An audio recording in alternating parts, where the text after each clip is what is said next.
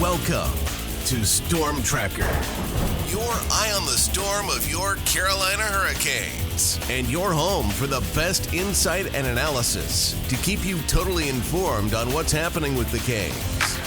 Whether it's the latest news on the ice or off the ice, we've got you covered. Now let's begin. Here's your host, Tom Ray.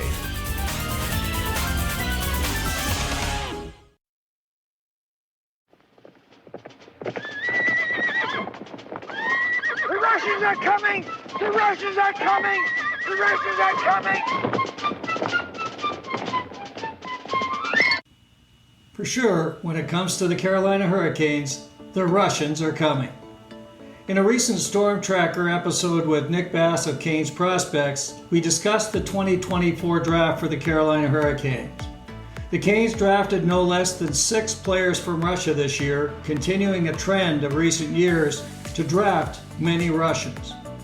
This has been surprising a lot of folks and got them scratching their heads. Why are the Canes doing this? What do they know that other teams don't know? You know, for sure, the world situation has led many other teams to move away from drafting Russians, yet the Canes seem to be drafting more each year. If we take a look back, we might get an idea of what's been going on with this. In 2018, the Canes drafted their first Russian in a long time. In fact, they were fortunate enough to move up with the draft lottery to the second pick overall and choose Andrei Svechnikov. Svech, of course, a key player of the Canes today and for the future. In 2019, the Canes made a major move. They hired Uber scout Igor Smirnov to handle Russian duties.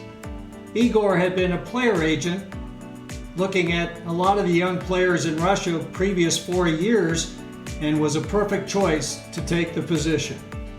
It didn't take long for Igor to make his mark. In the 2019 draft, the Canes selected in the second round goaltender Pyotr Kochetkov, and Kuchi is really a key part of the future as well for the Canes. It continued in the following drafts and has culminated in the last 3 years with 15 Russian players being selected. If we look back in 20, of course, one of the big picks for the Canes was Alexander Nikishin, who's expected to join the Canes, if not the end of this year, next year. And that's going to be a big add for the Canes. And they continued with several other top prospects. There is a constant theme with these players. The Canes have been fortunate to pick up players much later in the draft than they might have normally been able to do because they're coming from Russia. I wanted to take a deep look into this to try to understand the Canes' thinking, what it might mean to the Canes, and who some of the key players are we can look forward to in the months and years ahead. And joining me to discuss this, Storm Tracker insiders Aaron Manning and Katie Bartlett. Well, delighted to welcome back Aaron Manning and Katie Bartlett. Ladies, welcome. Hey, it's good to be back. Looking forward to talking some Russian hockey players today. Good to see you both. We got a lot to talk about. Yeah, and you, as you mentioned, Katie, today we're going to talk about Carolina Hurricanes prospects with a particular focus on the Russia side. Of course, the Canes have made significant moves in recent years. Actually, in the last 3 years, they've drafted 15 Russian players, which is quite substantial.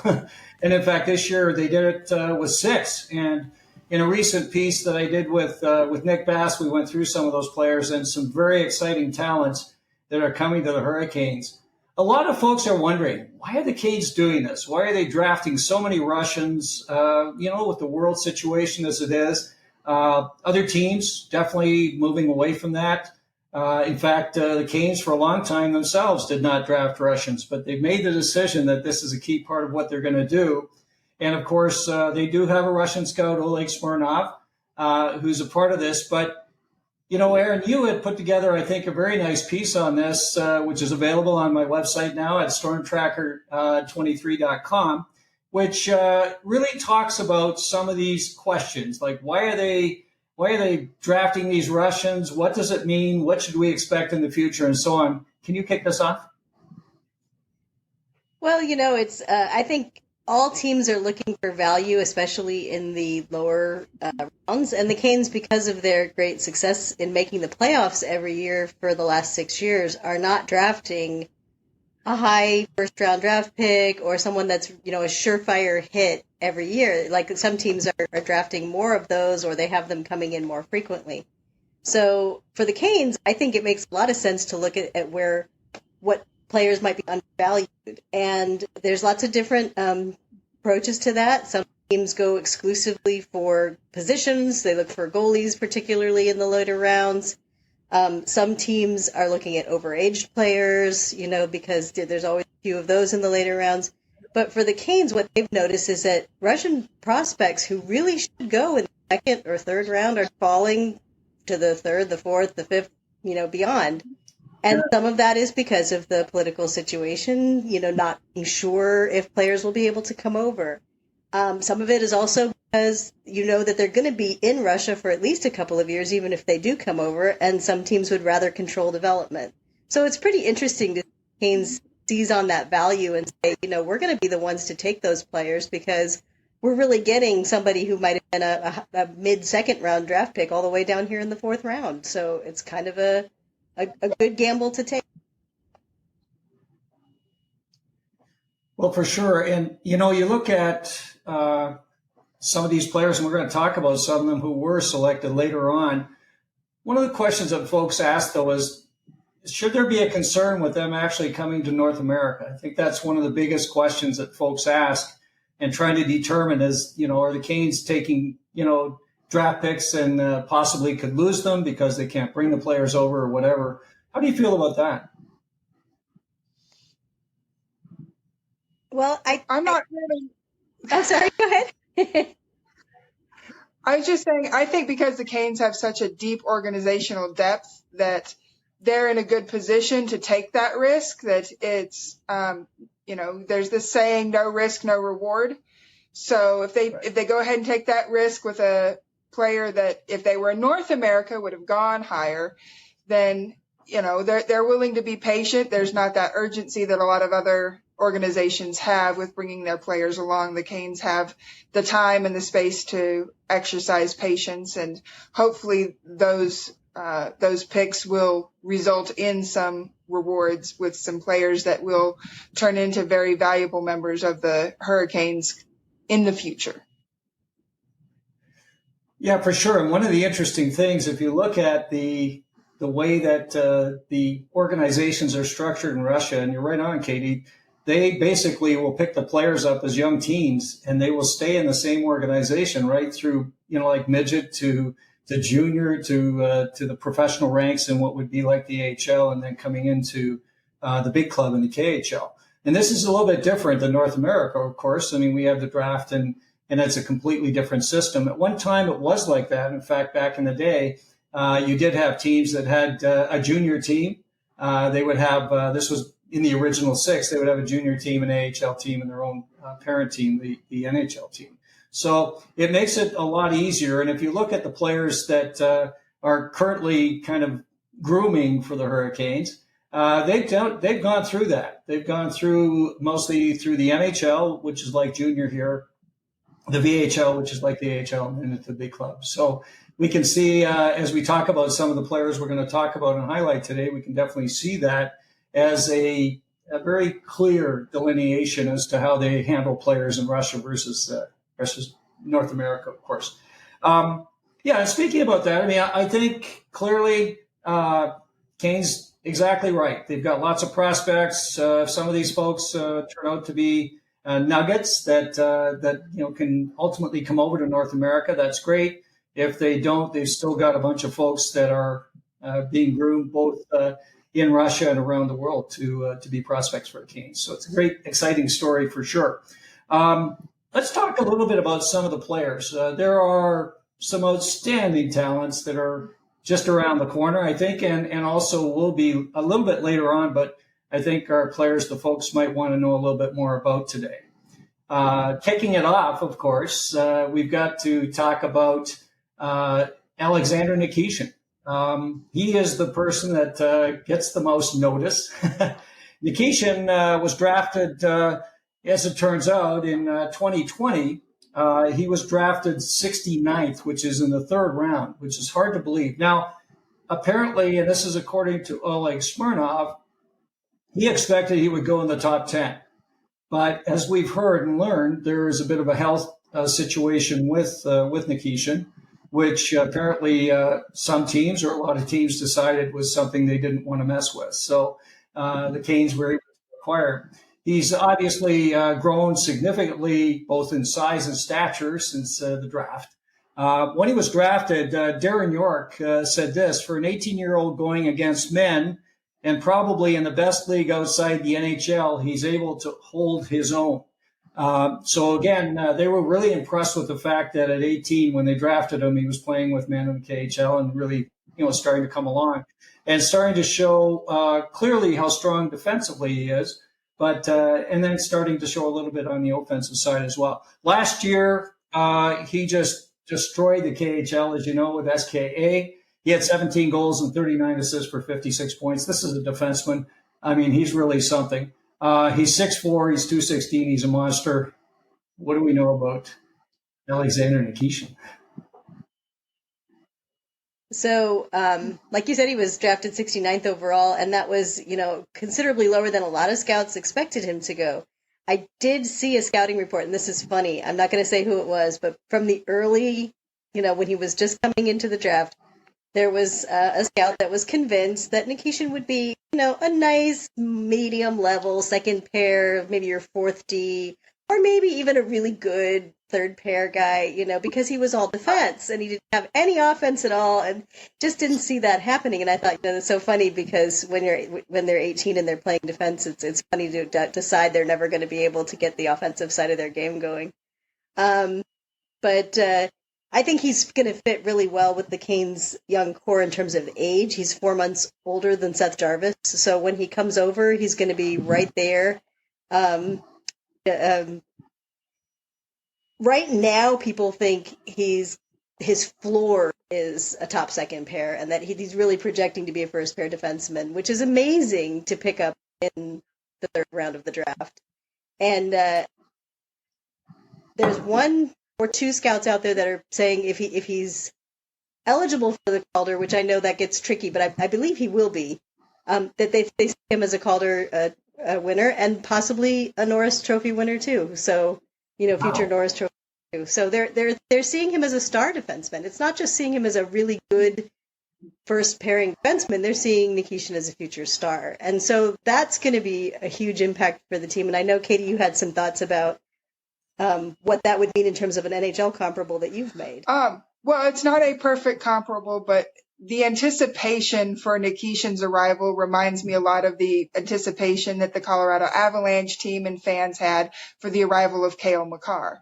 They already had a really good team in place. McKinnon was already part of the team. Landeskog was there. Rantanen was there. But it was the arrival of Makar that really put the Avs in that next level. And so I wouldn't be surprised if Nikishin comes in and is that next level player that really helps the Canes become, fulfill their potential in the players they've currently got, like Jarvis and Aho and Svetch, and give them that energy and that push from the blue line to help make them not just a Stanley Cup contender, but eventually a Stanley Cup champion. So that's really where I'm kind of excited to see what Nikishin can bring, because a lot of the energy around him reminds me of that energy that was around Makar when he came and he joined up with the Avs.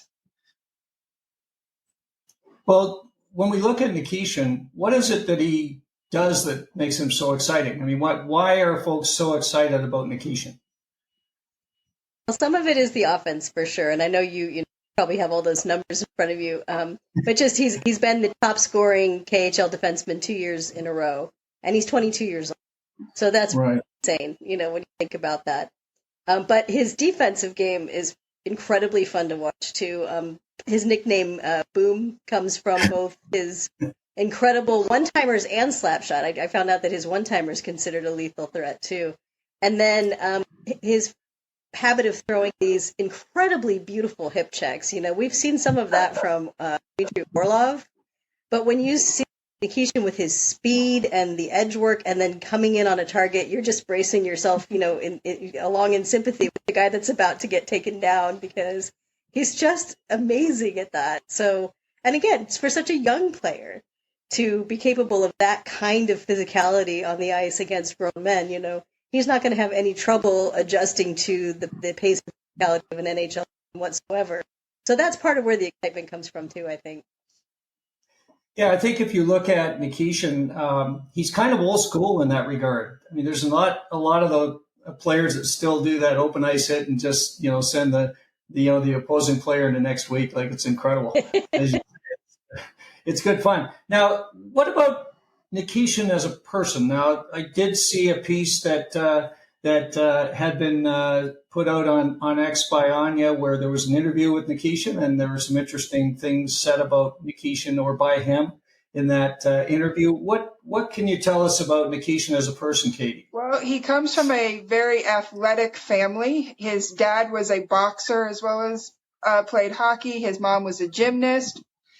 His uncle played for the national team in basketball, and his girlfriend is a synchronized swimmer. So they've got athletic genes up and down that family tree. And when he's not on the ice, he's outside. He's being very active. His favorite activities are more of the mountain type activities, skiing, snowboarding, that sort of thing.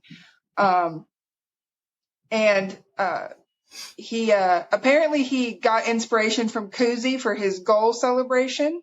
But he calls it as a combination of the eagle and the gorilla, because he thought that the face of the eagle was a little too soft, and so he wanted something a little more intense and enthusiastic to put into the goal celebration. So it's an eagle gorilla combination. But just because he's very, very active in hockey and in other activities, don't think that he's a slouch. He also is a really good chess player and loves to play chess. Wow. So he has a mind to match with that physicality that he brings with him on the ice. And well, that's really interesting stuff. Sorry, I was go going to ahead. say, in fact, I found a really cool quote from him from that article that Anya provided, and he says, "As long as a man believes in himself, he is stronger than his destiny." Wow. Sounds like a wise man. Yep. Well, that's great stuff, Katie. And, I'm not sure about the skiing close to Raleigh. There's a little bit out there, but it might not be what he's used to. But he sounds like a real character, and that's going to fit quite nicely with some of the other young players on the Hurricanes, of course. So it sounds like Nikishin's going to be a real nice ad for the Hurricanes in more ways. If than Canes one. fans So haven't that's great seen stuff. the pictures yet, make sure you go out and look at that charity event that happened between the NHL players and the KHL players, because Nikishin played in that, and he was a big part in that, and as well as our current Canes Russian hockey players in Kochekov, Orlov, and Svechnikov. And at the end of the game, there were a whole bunch of pictures being taken, and Svech, PK, and Orly got together for a picture, and Nikishin kind of skated up in behind them trying to photobomb, and they caught him and said, no, you're a Hurricane, come in here, get in the picture, get included. And he was just grinning from ear to ear, thrilled to be included. So you can just tell he's got a great personality. He seems excited. He sees himself as part of the Hurricanes, Russian players already. And there's a lot of great content out there. Go to Anya's page. She's put a bunch of videos and interviews up from that and translated them into English with the captions. So that looked like that was a really cool experience, and you can get a lot of the feeling for Nikishin's hockey from the game as well as his personality from all of the post-game stuff that was going on. Well, that's really incredible stuff, because one of the things that Nikishin had said in that previous interview, if you might recall, is that he really hadn't connected with any of the Hurricanes, and he was hoping to do so. And it turns out that this media tournament, which you just mentioned, was fantastic because he got to spend some time with some other Canes, and apparently now has started to communicate quite significantly with Andrei Svechnikov. So this is all really great news, and everything that we're looking for here, of course, is that the transition for Alexander is one that goes smoothly, because on the ice, he's just incredible. So yeah, so there's that's a pretty good start on the Russia contingent. Let's move on to a forward who I really like a lot, and that's Gleb Trikozov.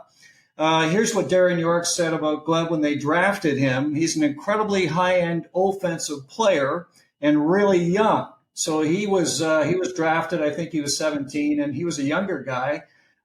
He really has all the tools. This is, again, Darren York. Last year with Omsky in the MHL, so he actually played in all three leagues last year. He played a little bit in the KHL, and he played some in the VHL, but in his 10 games, regular season games in the MHL, which is like junior, and that would be as an 18 turning 19-year-old, he had 12 goals in 10 games. So, I mean, he literally tore it up. And then in the playoffs, in 7 games, he had 4 goals and 5 assists for 9 points. So, again, he was drafted 60th a couple of years ago, 6'1", 192 pounds. So he's a solid guy. He's going to be a right shot left winger. This guy is all about offense, as we found out with a lot of what we've seen and what we hear with Trikozov. One of the exciting things, of course, with Gleb, he's coming over to North America. So what do we know about Gleb Trikozov? Well, one of the things I found interesting, and this is for a lot of the Russian wingers, is that, he shoots right, but he plays left wing. Yeah. And I've noticed that was true for several of the players that we looked at. They play on the opposite side of where they shoot. So that's really interesting because that maximizes a lot of their scoring potential. And I think that's an interesting way to approach it, to just get them used to playing on their off wing right from the beginning and have them do that. So apparently that seems to be a thing. I know that one of the things that a scout said in his year that he was drafted was that he reminded him he had this problem-solving in transition ability that reminded him of Matty Beniers. So I thought that was an interesting comparison. Yes. Because his transition game is really good. He's incredibly fast, and he's got that ability to try to skate through several defenders, which doesn't always go well, but he does have the ability to look ahead and say, well, how could I get through this knot of people? He's trying to solve that problem all the time. He's not just rushing through and trying to make it happen by sheer force. So that's an interesting thing that might improve as he's going along in Chicago. He turns 20 on August 12th, but he's already married. So that was an interesting thing. He got married this summer. And his wife is a professional sports journalist and TV host. So she's put her information out there on Instagram as well as Gleb Trikozov. So it's going to be interesting to see this young couple come to North America, and I can't wait to get started in Chicago.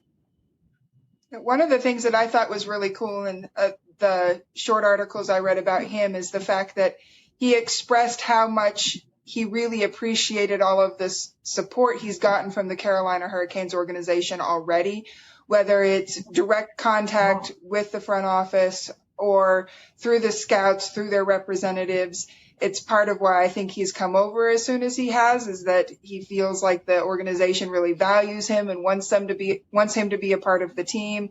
And he just feels like because of that support, he is ready to come over to North America. So I found that particularly encouraging. Oh, for sure. And, with all of these players, one of the key elements is how can you bring them to North America and they can be assimilated in a fashion that is rather seamless. And, we look at some of the other players that have come over, and that's an interesting kind of segue into something that I wanted to talk about. If we look back to Andrei Svechnikov, he came over and actually played in junior for a year. He played in Barrie, my hometown, interestingly enough.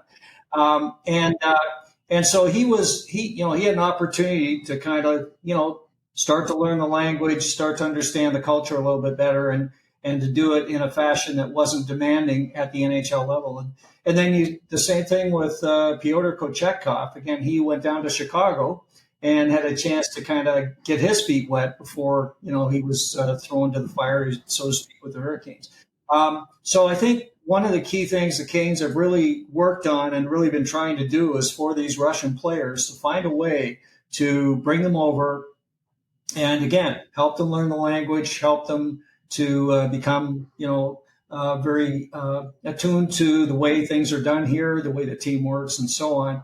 And certainly the opportunity that he had to go to the development camp was great, right? So he had a chance to actually learn what it's like to be a Hurricane, play some games, meet some other players. I mean, all of the above. And I fully expect he'll probably be at the Canes camp, certainly in the fall. So there's going to be one of the prospect showcases. He'll definitely play there. And then he might just head towards the Canes camp, and mostly to learn what it's like to be a Hurricane. So I think, again, this is excellent stuff for these guys. And the fact that he's married now and he's really starting to see his life kind of come together nicely, and I'm sure his wife will be with him. That's kind of exciting stuff for Gleb Trikozov. Okay? So now I wanted to start talking about goalies for a minute. And, of course, Ruslan Khazheyev is also coming to North America this year. Khazheyev's an interesting one. Now, he was drafted 158th in 2023, so in the 5th round. And this really plays into something I think you said, Aaron, that, I mean, these players were dropping. I mean, something incredible. Khazheyev is a player that the Canes really value highly. He's a guy that we've talked about him before. He's a big man. He comes in at 6'4", and he's over 200 pounds, so he's a large goalie. And he's played well where he's played. But again, in Russia, there's a lot of good goaltenders, tons of them. And in recent years, of course, we've seen the move of Russian goalies into the NHL really kind of taking their position. With a lot of key goalies now from Russia on teams that are competing for cups. So we know that this is a very solid training ground for goalies, and Khazheyev, I think, is one of them. He played in the MHL last year, which is like junior. In 28 games, he was 16-5-5 with a 2.16 goals against average, not bad, and a 9.27 save percentage. So this guy's numbers were outstanding. One thing that Darren York said about him, he said, Ruslan Khazheyev is the first goalie that we took, and he's incredibly powerful. So this was in the draft in 23. So they really liked him. They think he's a big man that can really move. And so he's a guy that I think has a lot of potential for the Hurricanes. Thoughts on Ruslan Khazheyev? Well, I'm mostly going to defer to Katie because of her knowledge of goalies, but I did want to say one thing just really quickly. When I was looking at some things yesterday, there's a scout, well, not really a scout, just an analyst who posts a lot of things on X. I'm not going to say which one it was because, it was a funny comment. He posted Fyodor Kochekov's current levels and posted Khazheyev's prospect, comparisons and chart, and said, how do the Canes keep doing this? Someone needs to stop them. So I thought that was really interesting that he was, already seeing some similarities in the progression from Khazheyev's pre-draft levels to where Kochekov was pre-draft, and seeing him as a very similar, type of goalie in terms of, not maybe not style or whatever, but in terms of where he's projected to end up. So, you could end up with two young Russian goalies, of whom are at a really strong level, and that would be fantastic. But yes. Over to you. Well, I mean, it's exactly what you said. Everything that I have seen about Khazheyev says he's basically Kochekov style goalie. He's very athletic, willing to challenge the players. The biggest difference is he's a few inches taller than Kochekov. So, that means he takes up more of the net, but also sometimes those taller goalies can be a little bit more gangly, especially as they're developing. So we'll see how that works for him. I'm very, very excited to see how he does in Chicago. It'll be a lot easier to follow him with him already over here and playing minutes, probably with Martin. I would imagine that would be the goalie tandem to start the season in Chicago. At least it's just my educated guess. Funny thing is that Khazheyev did not start originally as a goalie. His team, he was he played, as he said, in the field. with the rest of the players, but then his team ended up without a goalie and no one wanted to play goalie, and he finally gave in and said, okay, fine, I'll do it. And the rest has been history. He says, a lot of goalies have the reputation of being kind of weird or special or a little different than another typical hockey player. And he says that's not him. He's in the locker room. He's joking with the guys. He's talking with them. He's hanging out. He's playing video games or watching TV shows. He says he's not that type of goalie. He doesn't get too caught up in his own head when he is playing. He just goes out there and tries to do the best he possibly can. I found it really interesting. His favorite music to get him just to listen to or to get him pumped up for a game is 90s music. He really likes music from the 90s. But other than that music, he loves the Rocky soundtrack from the Rocky movies. So he feels like he can just, when he listens to that music, he feels like he's ready to be a superhero, to be the one that brings it home for his team and to be the champion. He feels like that Rocky soundtrack gets him in that kind of personal mindset. So he sounds like he has plenty of personality, just like Kochetkov does in spades, and he's ready to bring it not just to the rink, but also to the team overall in general. Very fun guy. Well, it's interesting you mentioned that because Oleg Smirnov had mentioned in one of his articles that Ruslan Khazheyev, Pyotr Kochetkov, and Igor Velmakin, the three young goaltenders from Russia, he said those guys, they can get the team going with their emotions. So they're all kind of like that. They've got great personalities. We did hear from Nick Bass that he had spent a fair bit of time with Velmakin at the prospect showcase and the or development camp, and he basically said this guy's a great guy too. So lots of fun with these guys, and I think that's another key piece for the Hurricanes. They definitely want players that have a personality to go with their skill. Okay, let's go on to the next player, which will be let's go to Nikita Artamonov. Artamonov, of course, was drafted this year, and he's a player that arguably was expected to go much higher than the Canes drafted him at 50th overall, which was a bit of a surprise because as I watched the draft, I was very keen on Artamonov. I liked him a lot.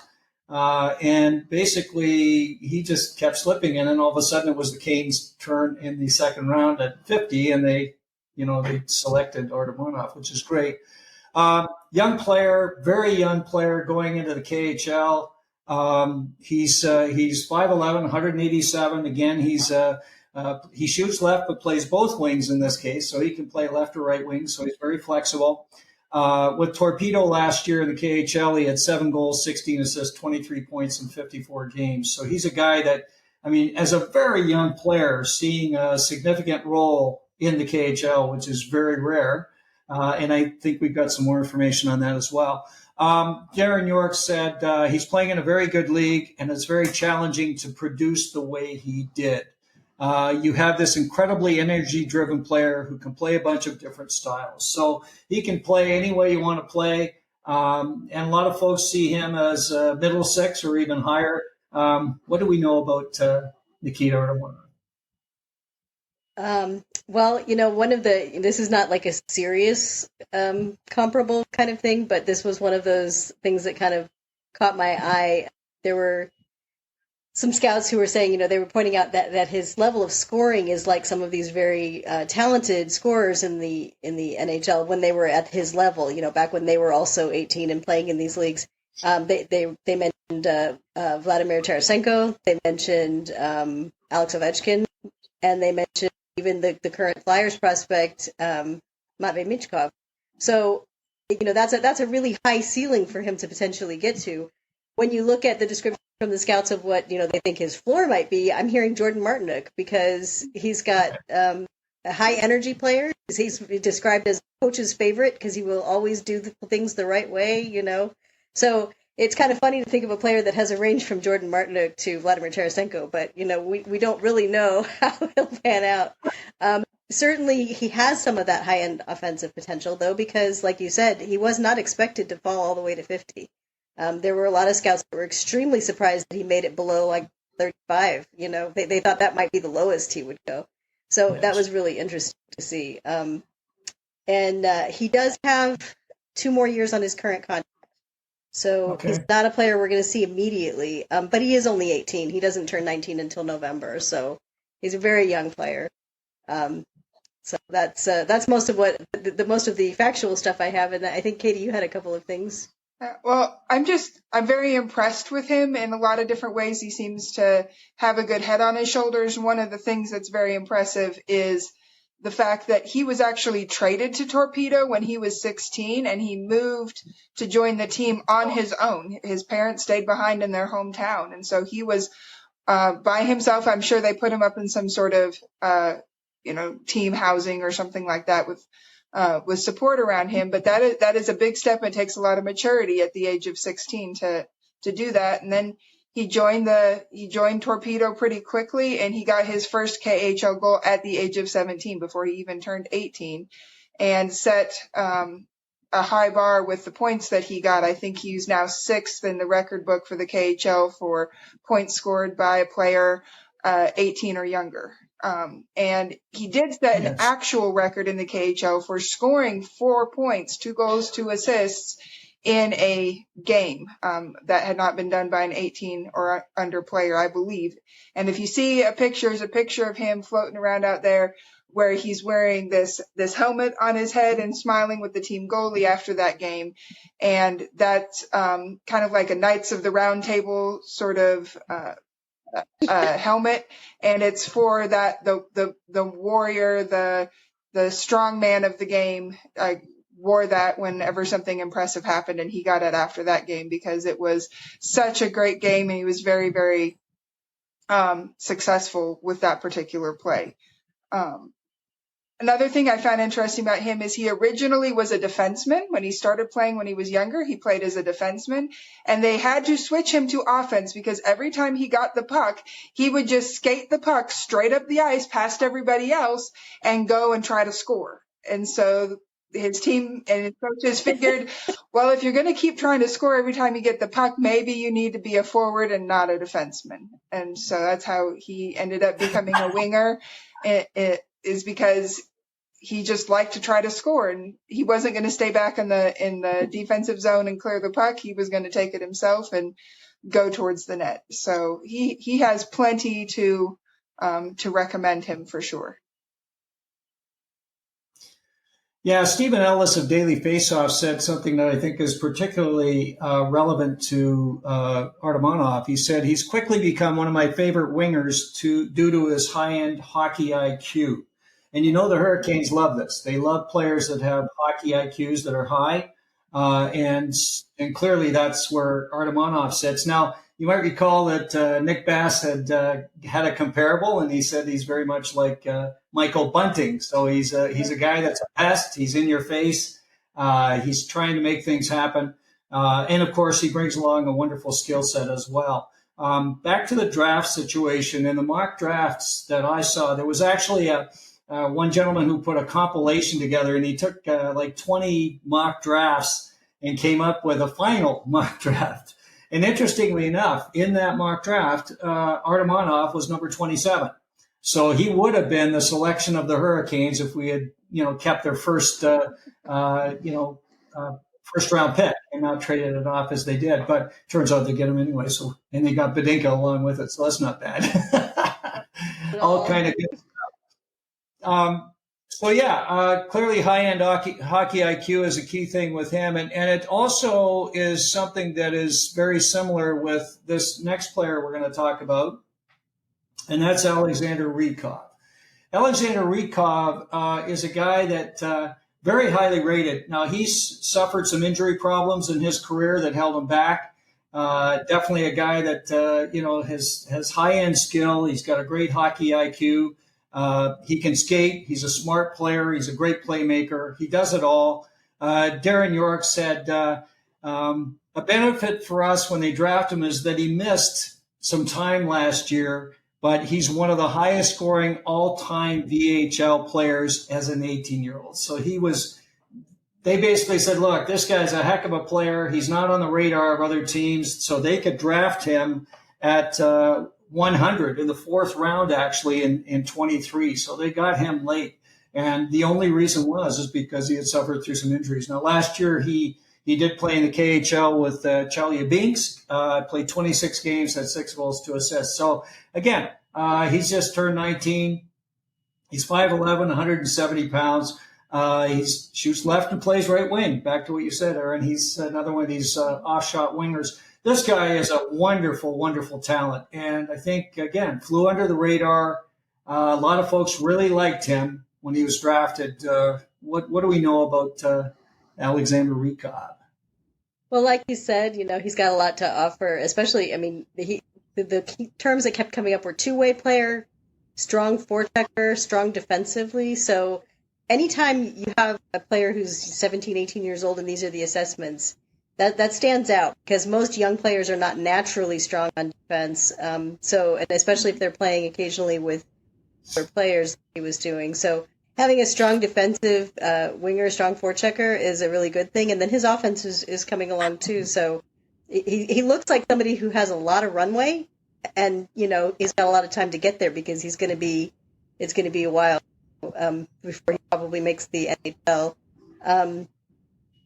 I liked, there was a writer for a scouting agency that compared his skating to Matt Barzal. So I thought that was interesting. From the Islanders. I don't know, I haven't watched enough, I think, to be able to say, oh yes, that's definite. But it seems like that would be an interesting comparable. Because we all know how talented he is, and that would be a wonderful thing for the Canes if they picked up a player at round 100 that had some of that in his game.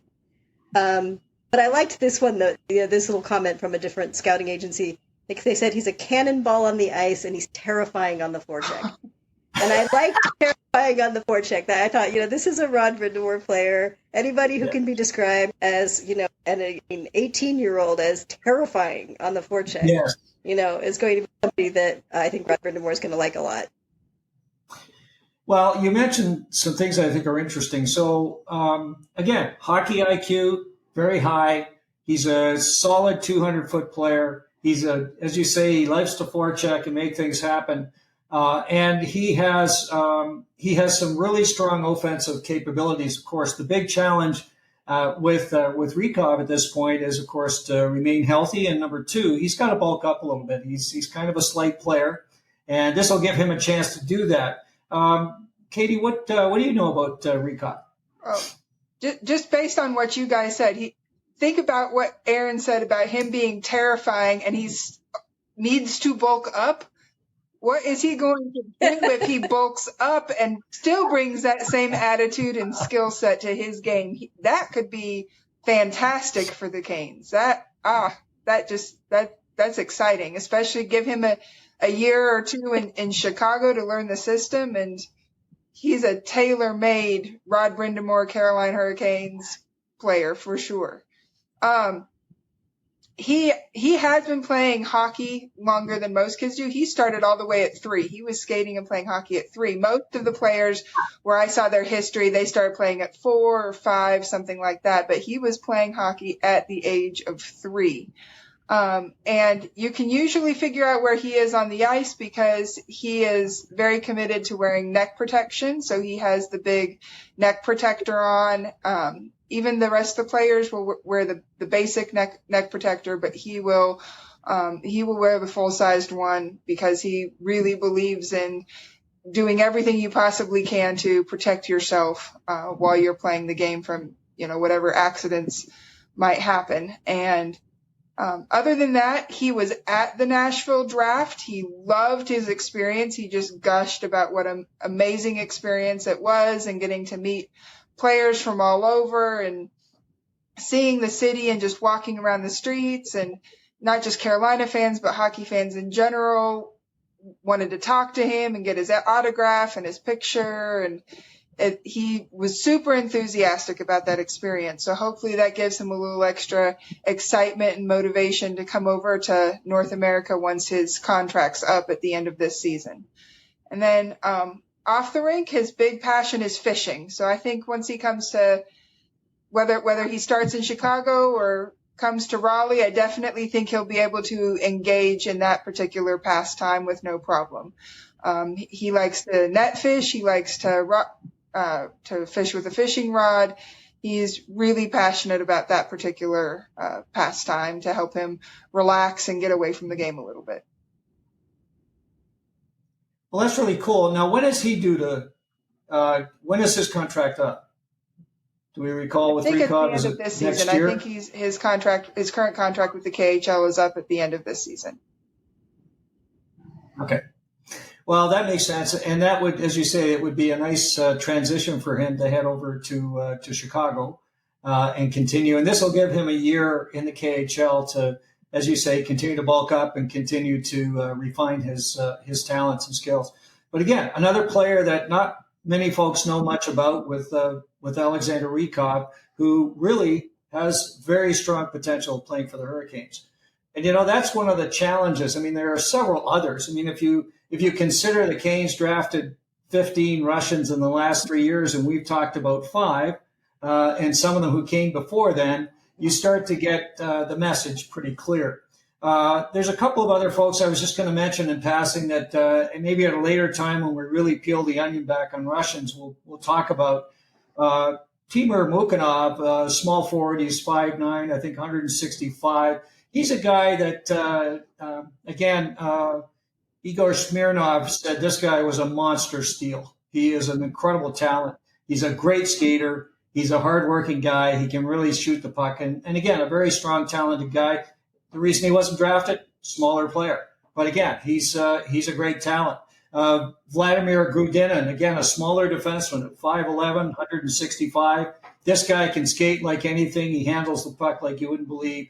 Power play quarterback, does it all. He's another guy that, again, Smirnoff likes him a lot, and he thinks he has a future with the Hurricanes. He fully expects at some point he's going to come over to North America. And then Alexander Perevalov, and we've heard a little bit about Perevalov now and again.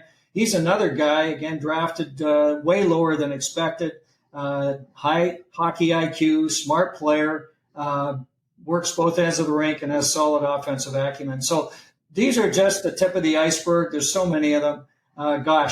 This year we got 6 of them. So what are we going to do with all these players? In any case, clearly the future is bright for the Hurricanes when it comes to Russians, and we're going to hear a lot more about them. And certainly as they start to bring them over like they are this year, it's going to be great to watch some of these players in Chicago, as you mentioned. Thoughts? I just want to give a big shout out, first of all, to Anya. We've mentioned her a couple of times, but she has just been an amazing resource. If you are not following her on Twitter X, please go do so, because she provides so many insights on what's going on with our Canes players specifically. She'll find video clips, interviews. She will translate them to English and put those subtitles on so that we can get even more of a picture into their lives. So a big, big thank you to Anya for all of the help that she provided with getting to know our Russian prospects a little bit better and help us to get even more excited about them coming over than we already are. And Katie, can you just share her X handle so that we can ask people to follow her as well? So I believe her handle is at UGGG_UGGG.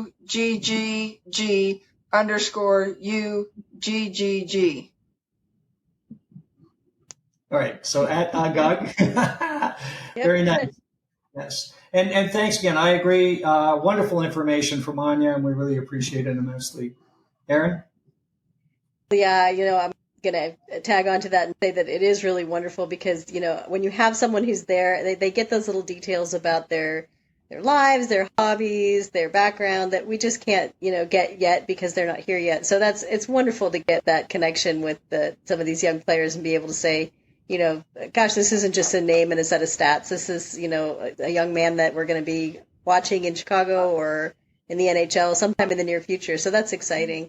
And the only other thing I wanted to add is that I think that one of the reasons I'm so hopeful right now about all these young kids is the renewal of the Hurricanes affiliation with the Chicago Wolves. We haven't really touched on that, But it's a big reason why I think they were so comfortable drafting 6 more Russians this year, is because we know that a lot of these young European players, they will be playing in Russia or the others in different European countries for maybe a year or so after the draft. But you want to have somewhere to bring them in within the organization without it having to be either your home team back in your home country or the NHL. That's not a great set of alternates, for players that are kind of pushing that NHL ready, but just need a little polish. So I think a lot of us are just really excited that situation happened and that we're going to be able to see these players in Chicago and see clips from what we're doing and, hear firsthand reports of how their progress is coming, because that means a lot. It really does. I agree. And I think the key there is that, Chicago has been a great franchise. Of course, they won the Calder Cup not so long ago. And getting the players into the Canes system as early as they can, so they start to learn, the way that the Canes play, as we know, the right way. I think that's going to be really critical. And I totally agree with you. This is an opportunity for the Canes to bring these players over, and we're seeing it right now with both Gleb Trikozov and Ruslan Khazheyev heading into Chicago. So I think that's outstanding. The Canes are in a situation that's enviable. We've talked a little bit about this in the past. How could a team that has performed so well the last 6 years been able to have so many outstanding prospects? And we haven't even talked about several of the other top prospects that are currently on the Canes roster or certainly fighting for Canes positions and will be in the near future. That's quite a story when you think about it, how the Canes have done that. Any idea about that as well? I think that it's just the fact that they have been unwilling to deplete their prospect cupboard by going all in for a cup run if they weren't right on the verge. I think this past year with the trade of Michael Bunting and the various prospect and draft pick pieces that went with that trade, it's the first time we've seen them step out and make that exception and say, okay, this is a player that we really want to acquire at least for playoffs. They hoped to keep him longer and that didn't work out. But, it was the first time that they really stepped outside of that mold. And they really, again, because they had so many prospects in the system, pieces that were traded were not pieces that the Canes can't live without. So it is amazing. It's an incredible level of intelligence to do things the way that they're doing things. I agree that the Canes really have an embarrassment of riches when it comes to the depth of their organization. There are a lot of teams out there that their cupboards are bare. They're beyond bare. They just don't have a whole lot of options moving forward, either in picks or prospects. And so it's going to be hard for them to stay competitive now because they don't have anything to give another team at a trade deadline for a potential key piece to make another cup run. But the Canes are very, very well positioned. If there is somebody else who comes up like Gensel in the future, the Canes are really well positioned in picks and prospects to move forward and to make the team better if they feel like that's what they need to do. And it's nice to know as a fan that the team is in good hands and is well looked after, not just for the NHL organization, but beyond the NHL organization. Yeah, for sure. And as we've learned, Don Waddell obviously moving on, and now the new kind of regime, so to speak, with Eric Tulsky and Darren York and Rod Brindamore, and Eric getting great compliments, I think, from Waddell and others as he continues to build his new team. And there are folks that don't necessarily agree with some of the moves that Eric's made. They feel like he's not done as much as they would like, but clearly, the decision to continue to make a lot of draft picks and several of them way later than expected is really, as you say, it's filled the cupboards, and what a future the Canes are going to have as some of these players start to emerge with the Hurricanes. So, yeah, it's been a great conversation as always. Learned a ton about several of these players. Ladies, wonderful information. We're going to look forward to doing this real soon. And hopefully, as you enjoy the rest of your summer, whatever brief amount that is, please do so, and let's catch up to talk more Canes hockey in the not-too-distant future. Thanks so much to Aaron and Katie for their contribution today. We have some sessions coming up in the not too distant future, so stay tuned for that. Also wanted to thank Anya for her contribution. Anya, of course, is available on X under uppercase U, lowercase GGG. Check her out. She has great information about the Canes currently in Russia. And again, if you enjoyed this episode, please hit the like button. If you'd like to be alerted of future episodes of Storm Tracker, please subscribe and we'll make sure you're made aware when they are available. Thanks so much for joining. We'll catch up real soon, right here on Storm Tracker.